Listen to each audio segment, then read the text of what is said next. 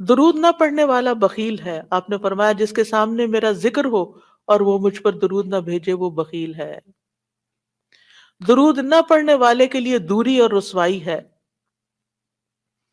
مالک بن Huwayrith کہتے ہیں رسول اللہ صلی اللہ علیہ وسلم ممبر پر چڑھے، جب پہلی سیڑھی پر چڑھے تو فرمایا آمین، پھر دوسری پہ چڑھے تو فرمایا آمین، پھر تیسری پہ چڑھے تو فرمایا آمین، پھر فرمایا میرے پاس جبریل آئے اور فرمایا اے محمد جس نے رمضان کا مہینہ پایا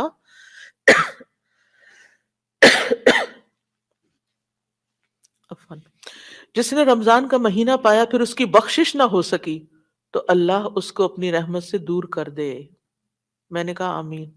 جبریل نے بد دعا کی، فرمایا پھر فرمایا جس نے اپنے دونوں والدین میں سے ایک کو یا دونوں کو پایا اور آگ میں داخل ہو گیا، یعنی ان کی خدمت نہیں کی، ان کو راضی نہیں کیا، اللہ اس کو اپنی رحمت سے دور کرے۔ میں نے کہا آمین۔ دعا جبریل مانگ رہے ہیں اور آمین محمد صلی اللہ علیہ وسلم کہہ رہے ہیں۔ فرمایا جس کے سامنے آپ کا ذکر آیا اور اس نے آپ پر درود نہیں پڑھا اللہ اس کو اپنی رحمت سے دور کر دے۔ کہیے آمین۔ میں نے کہا آمین۔ ایک اور روایت میں آتا ہے وہ شخص رسوا ہوا جس کے سامنے آپ کا ذکر آیا اور اس نے آپ پر درود نہیں پڑھا۔ میں نے کہا آمین۔